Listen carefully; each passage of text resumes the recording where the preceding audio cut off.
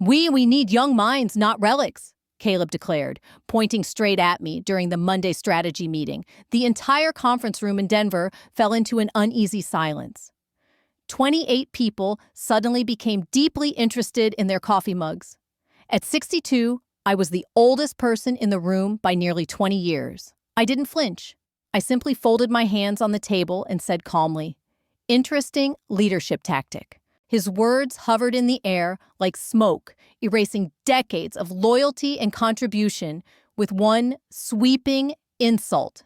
I collected my notes and laptop with care, my movements steady, just as my grandmother taught me when I was a girl in rural Nebraska.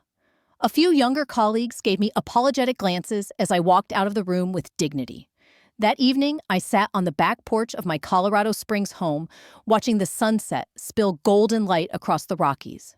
My phone vibrated with messages from coworkers, most of them shocked, some sympathetic. I didn't respond. Not yet. Not until I decided exactly how to respond. Because what Caleb didn't know was who I truly was. Or that in just 4 days at the company's 40th anniversary gala, he'd find out the so-called relic he dismissed owned 28% of the entire firm. Before I tell you what happened next, I need you to stay with me because this story isn't just about retaliation. It's about something far greater, how one moment of disrespect triggered a cultural shift that reshaped an entire company. My name is Diane Marlowe. I've spent the past 35 years designing logistics software that's quietly used by some of the largest supply chains in the United States. Most people don't know my name, and that's exactly how I've liked it. I don't care for recognition. I've always been drawn to solving complex problems, not soaking up praise. I drive a 10-year-old Subaru, live in a simple home filled with books and plants, and prefer flannel shirts over boardroom blazers. My one indulgence is my greenhouse. I grow rare alpine herbs and vegetables from seeds passed down through generations in my family. I joined the company right out of grad school when it was just a dozen of us in a dusty downtown loft. The founder, Harvey, was a genius inventor but couldn't balance a checkbook. We met when he was wrestling with a printer jam. "If you can fix this, you're hired," he joked. I had it working in 5 minutes.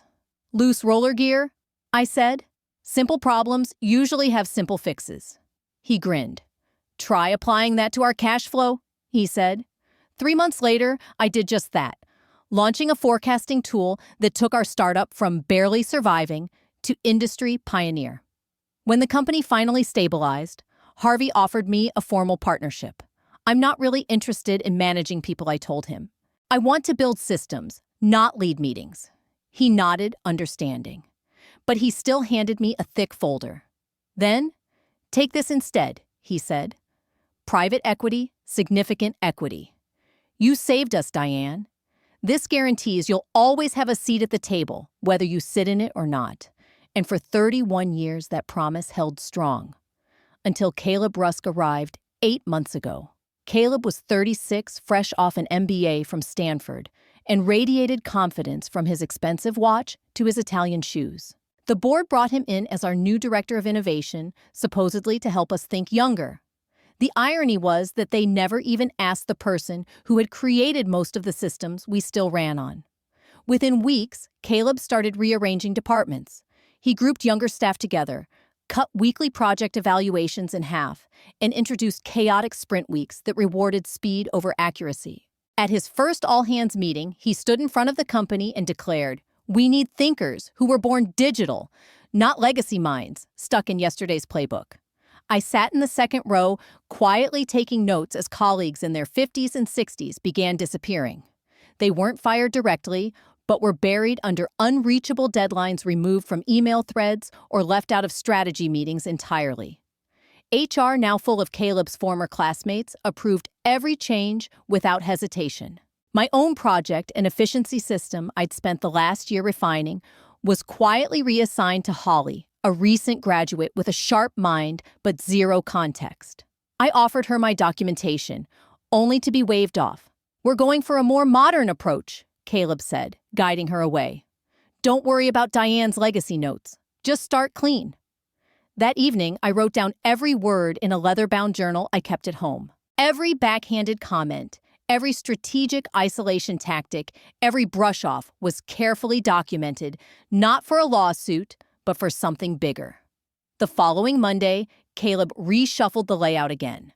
My new desk was a lonely table near the supply closet, far from my former team. My permissions on the internal system, view only. Comments ignored. Presence erased. During my review, he smiled and said, "It's nothing personal. We're just focusing on talent with a native grasp of today's technology." I smiled back. I understand. At home, I continued polishing the core algorithm, the one I developed privately years ago. The company didn't know that it could reduce operational costs by 32% and improve productivity by nearly 40%. 3 days after Caleb called me a relic, I stood before my closet, choosing not the gray suit they'd expect, but a cobalt blue dress I had saved for something unforgettable. I styled my silver hair into an elegant twist instead of the usual low bun I wore to work. This wasn't just another company function, this was a reckoning.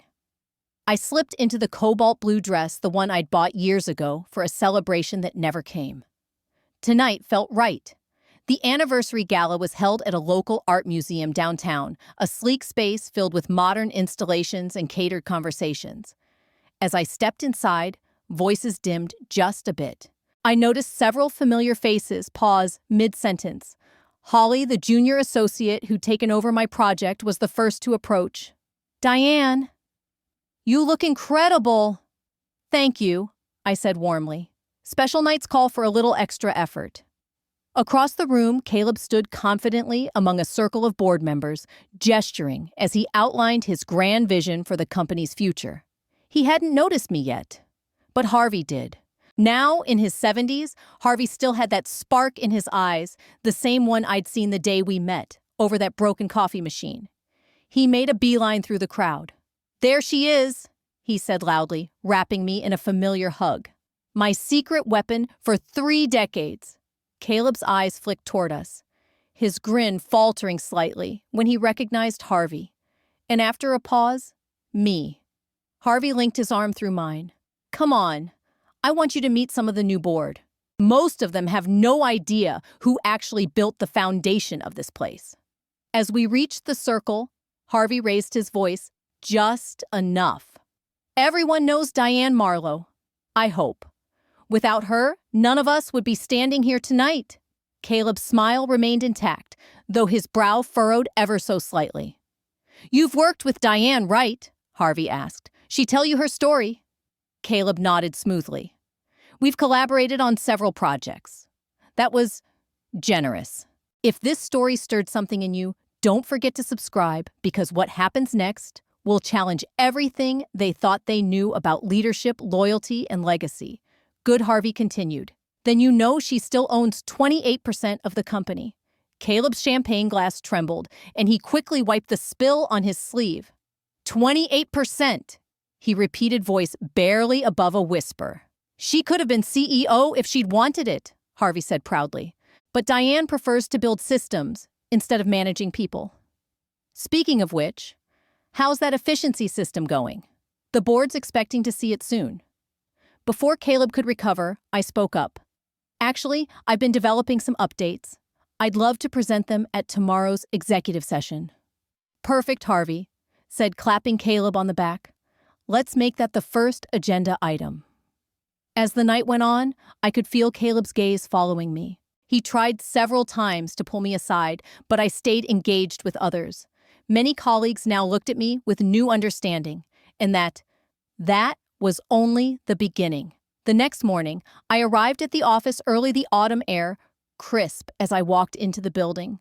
The boardroom slowly filled with a mix of familiar faces, some I'd worked alongside for decades, and others brought in under Caleb's newer, flashier direction.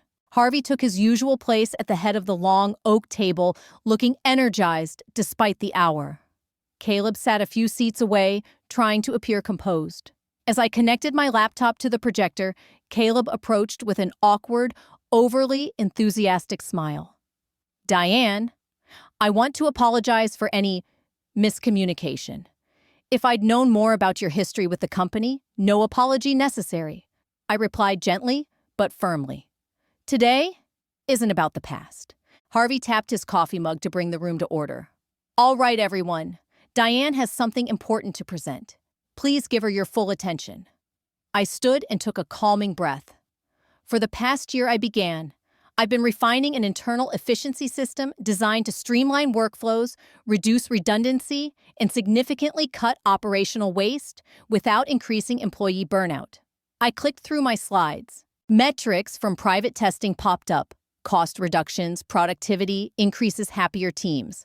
I watched the room shift. Executives leaned forward. Pens hit notepads. This looks incredible, the CFO said. When can we implement it? That's exactly what I want to discuss. I answered, my voice steady. This system is not company property. I developed it independently on my own time. I have detailed documentation proving sole ownership. A ripple of surprise moved across the room. Caleb stiffened, clearly catching on. I'm offering to license it to the company, I continued. Not hand it over. And I'm not seeking money. That raised eyebrows. My terms are cultural, I said. I want a standing age and inclusion committee with authority over hiring and promotion practices. I want mandatory respect in the workplace training, especially for managers.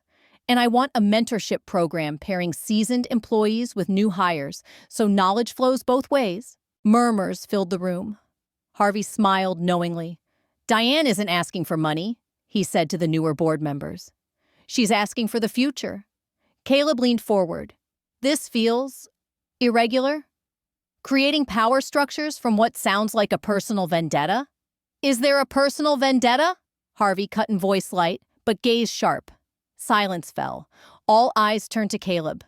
I think what Caleb means, I interjected calmly, is that every company needs to grow. Sometimes that means embracing new ideas.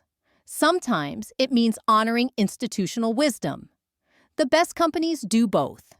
My final slide appeared a detailed implementation roadmap with room for everyone at the table. Sometimes it means embracing new talent, I said, advancing the slide. Other times, it means valuing institutional knowledge. The best companies do both. My final slide displayed a comprehensive rollout plan.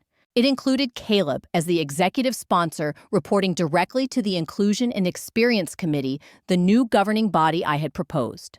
This structure gives everyone what they need, I explained. The company gets a proven, scalable system. Newer employees gain access to seasoned mentorship. Experienced workers stay engaged and relevant. And management shows what leadership truly looks like by uniting, not dividing. If you followed this far, take a second to like the video and subscribe. Because what came next? It didn't just shake the room, it changed everything. Harvey leaned back, scanning the table. I think we need a few minutes to consider Diane's proposal, he said. Of course, I replied, gathering my laptop and notes. The hallway outside felt heavy. Quiet. I sat on a wooden bench beside an old wall clock and watched each tick echo off the tile. 23 minutes later, the boardroom door creaked open. Harvey stood in the doorway, expression unreadable. We'd like you to come back in. Inside, the seating arrangement had shifted. Caleb now sat at the far end of the table, posture tight, jaw clenched. A yellow legal pad in front of him was filled with hasty scribbles. We've reviewed your proposal, the CFO began, and while unconventional, we acknowledge the tremendous value in both your efficiency system and your cultural recommendations. I gave a small nod, keeping my tone neutral. I'm listening. We've made a few revisions, he continued. We accept the formation of the Inclusion and Experience Committee, but we request equal representation across age demographics. Agreed, I said. We also support the mentorship initiative, he added, provided. It includes measurable outcomes to track progress and effectiveness. That's reasonable. And finally, we support the workplace training, though we'd like to expand it to address other forms of bias as well. Absolutely, I said. It was never meant to be limited. Throughout the hour-long discussion, Caleb said nothing. He scribbled occasionally, but offered no resistance. When all adjustments were settled, Harvey stood. I believe we've reached a solution the entire leadership team can get behind. Diane, are you satisfied? I am, I answered, then turned toward Caleb. With one final note, I want Mr. Rusk to chair the implementation team, reporting directly to the Inclusion Committee. That sent a new wave through the room. I was asking the very man who had tried to phase me out to now report to the people he had once excluded. Caleb looked up, eyes narrowed, unsure whether it was punishment or something else. Caleb looked up from his legal pad, his expression unreadable. "May I ask why?" he said quietly. "Because you're skilled at pushing change," I replied without hesitation. "Your ability to reimagine systems is exactly what we need, just applied with a broader lens and a bit more wisdom." He studied my face for a long moment, searching for sarcasm or resentment. But I gave him nothing but honesty. After a few seconds, he nodded once. "I accept." 2 days later, the Inclusion and Experience Committee held its first official meeting. The company announced 5 members: myself, Caleb, Holly representing our younger employees, Harvey as the board liaison, and Jordan, our new head of human resources. Our mission statement, clearly posted on the company intranet, read, "To build a culture that values innovation, experience, and intergenerational collaboration." Our first agenda item was serious investigating the wave of recent exits among older employees. We dug into 6 months of data and quickly spotted patterns: terminations disguised as performance issues, promotions skipped over. For vague reasons, sudden restructuring that conveniently excluded those over 50. We should offer reinstatement, Holly suggested in our second meeting, to those who were clearly pushed out. With back pay, I added. Caleb, who had been unusually quiet throughout the session, cleared his throat. That could bring significant legal risk. Less than the class action lawsuit currently brewing, I countered. And besides, the cost savings from my system will easily cover it. He paused, then nodded. Fair point. Over the next several weeks, I watched Caleb adjust to his new role with surprising openness. In the beginning, he was stiff and scripted, like he was checking boxes. But gradually, something shifted. He started showing up early, asking questions, listening deeply. In one particularly effective session, he presented a study on age-diverse teams. Research shows that mixed-age teams consistently outperform uniform ones in both creativity and execution, he said, projecting slides across the boardroom wall. They blend wisdom with agility, and the results speak for themselves. Interesting, I said, raising an eyebrow. What changed your mind about so-called relics? The room tensed slightly, recalling his earlier jab. Data. Caleb answered, calm and direct. I was working off assumptions. That was careless. It wasn't quite an apology, but it was a start. The mentorship program launched, next pairing longtime employees with newer hires. The goal was true collaboration, two-way learning. Holly and I ended up matched together. At our first mentoring session, she brought her laptop to my newly reinstated desk in the main workspace. I've been wrestling with this system you built, she said sheepishly. It's way more intricate than anything I've worked on before. Let's go through it together, I said, smiling. Start from where you got stuck. Show me where you're stuck, I offered gently. For the next hour, Holly and I combed through lines of code together. I walked her through the logic behind certain architectural decisions, some rooted in legacy systems, others in tested performance strategies. She, in turn, pointed out ways to streamline a few areas using cleaner, more modern syntax. By the end of the session, we built something better than either of us could have crafted alone. This is actually working, she said, almost surprised. The mentorship program. Yes and no, she replied, motioning between us. This collaboration between generations. I always assumed older engineers would be too rigid. Some are. I admitted, just like some younger engineers think they already know everything. She grinned. Touché. Both mindsets slow growth, I added. She nodded thoughtfully. Did you ever feel that way, she asked. Like you had it all figured out every day until I was about 35, I said, laughing. Then I realized I was just getting started. That's when I began to truly learn. Over the next few months, the atmosphere at the company began to shift. The initial awkwardness of structured mentorship gave way to genuine cooperation. Teams were reorganized not by age, but by complementary skill sets. Cross-generational collaboration became the norm, and the data showed it. Thanks to my efficiency system, we tracked improvements with precision, rising productivity, lower turnover, and faster onboarding across departments. Still, not everyone embraced the change. Two long-tenured executives quietly stepped down rather than adapt. A handful of younger employees saw the mentorship structure as an obstacle rather than a resource. But we adapted, we refined, and we kept moving forward. Through all of it, I kept an eye on Caleb. His transformation was the most unexpected of all. The once dismissive manager now championed inclusivity with clarity and confidence.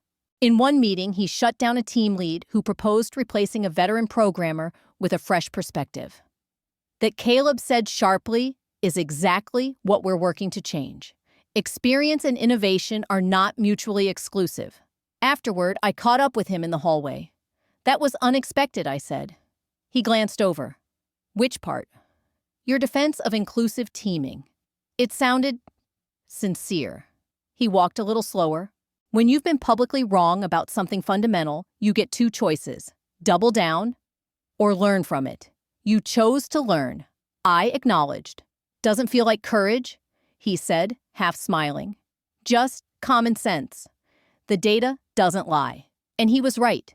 The numbers and the culture were finally aligning. 6 months after being labeled a relic. I stood on stage at our company's quarterly all-hands meeting in downtown Colorado Springs. The auditorium was packed.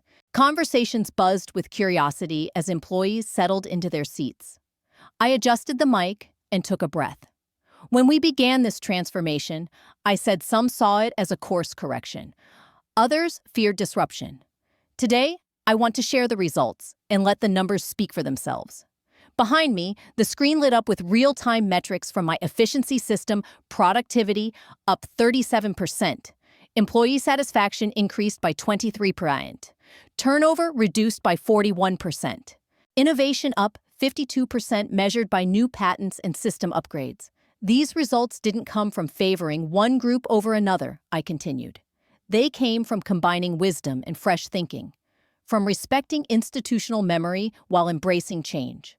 Respect isn't just the right thing to do, it's good business. From the stage, I spotted Caleb in the front row, nodding with quiet conviction. Beside him sat Holly, recently promoted to team lead, still actively mentoring and being mentored. And in the back, I caught a glimpse of Harvey, arms crossed, smiling proudly. We've proven that age diversity isn't about checking boxes or avoiding lawsuits, I concluded. It's about building stronger, smarter, more resilient teams. And this is only the beginning. The applause was warm, sincere, and long. But the real impact came afterward. Employees from every generation approached me, some with gratitude, others with renewed confidence. A senior developer in her 50s shared how she finally felt respected again. A recent grad explained how his mentor helped navigate a tough client negotiation. A mid-level designer said working with colleagues of all ages transformed how she thought about design. Later that afternoon, there was a soft knock on my office door. Caleb stepped inside, holding a folder, and wearing an expression I hadn't seen before, uncertain, maybe even a little nervous. I wanted to talk before the next committee meeting, he said, taking a seat. I've been researching how to make these changes stick. He opened the folder and slid a document across my desk. Inside, a detailed sustainability plan. Data shows that without ongoing structure, companies revert within 18 to 36 months, he explained. I raised an eyebrow. You're worried we'll backslide. I'm worried we'll lose momentum, he corrected. So I've drafted a framework.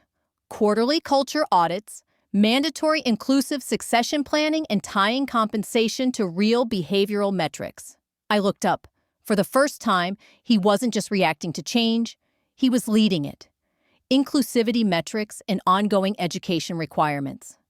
I scanned the final page of Caleb's proposal. The timeline was meticulous. The scope, ambitious, but grounded. This is thorough, I said, glancing up. It has to be, he replied. Cultural change is fragile without real structure behind it. I studied him over the top of the document. You've come a long way from the relic comments. A flicker of discomfort crossed his face. He set down his pen. I've said a lot of things I regret, but I've never actually apologized. You haven't? I agreed. He sat up straighter, choosing his words with care. Diane, I apologize for my disrespectful and ageist behavior. It was unprofessional, damaging, and completely against the kind of leadership I claim to stand for. I'm sorry. The words settled into the space between us, simple, direct, and long overdue. Apology accepted, I said gently. Though your actions these past months have said more than words ever could. He nodded, visibly relieved, then paused. There's something else, he added. I've been offered a position. My eyebrows rose. Congratulations. Better title, higher salary. Substantial equity, he said, but I'm turning it down. Why, I asked, surprised. They want me for who I used to be, Caleb explained. They called it an aggressive modernization mindset. They loved that I'd reshaped the workforce here before all the changes. Understanding dawned.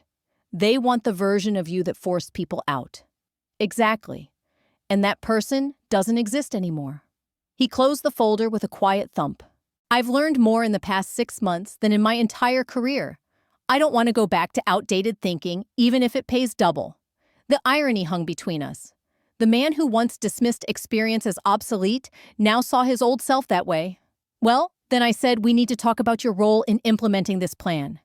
If you're staying, I want you to lead it. His eyes widened. You'd trust me with that. 6 months ago?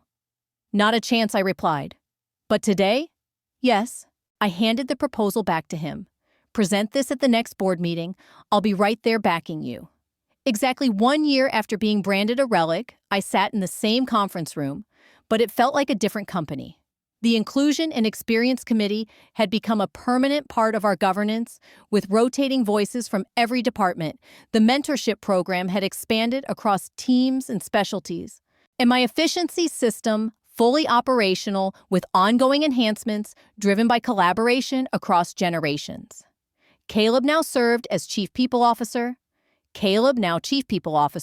oversaw all culture and talent initiatives with a clear focus on inclusive practices. Holly had risen to lead the technical deployment of the efficiency system we'd built together, while I returned to my passion designing new solutions that blended decades of experience with cutting-edge technologies. As I sat at the strategy table that morning, surrounded by colleagues from every generation, I realized what true revenge looked like. It wasn't humiliation, retaliation, or power plays. It was this: transformation. The man who once tried to sideline me now fought for the very values he had once dismissed. The company that once tolerated quiet discrimination now led the industry in inclusive innovation. The culture that had brushed aside wisdom now elevated it as a cornerstone of progress. Sometimes, the most powerful response to disrespect isn't to fire back, it's to reframe the entire narrative. It's not about destroying your adversary. It's about turning them into an advocate. Not just winning a battle, but reshaping the battlefield. That afternoon, Harvey and I had lunch in the company garden, part of our new workplace wellness initiative. Around us, seasoned employees mentored younger hires under pergolas, while recent grads demonstrated new tech tools on their tablets. I never doubted you'd make a difference, Harvey said, watching the scene with a quiet smile. But I didn't expect this. Neither did I admitted. I just wanted to stop the discrimination. He gestured toward the blooming garden. You did more than that. You built something sustainable, something that'll outlast both of us. As the sunlight warmed my face, I knew he was right. My revenge wasn't about proving ownership, embarrassing Caleb, or even launching my system. It was about showing that experience matters, that inclusion isn't a policy, it's a practice, that real power isn't about authority, but about designing systems where every voice counts. Now I look to you.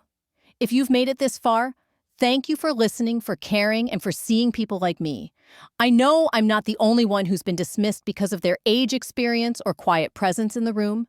Maybe you've been there too, looked past, labeled, underestimated. Or maybe you've seen it happen to someone else and didn't know how to speak up. I'm not here to dwell on the pain.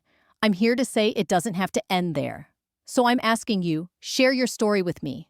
Have you ever been told you were too old, too outdated, or not the right fit, or maybe too young to be taken seriously? Drop a comment below. I want to hear how you handled it. What helped?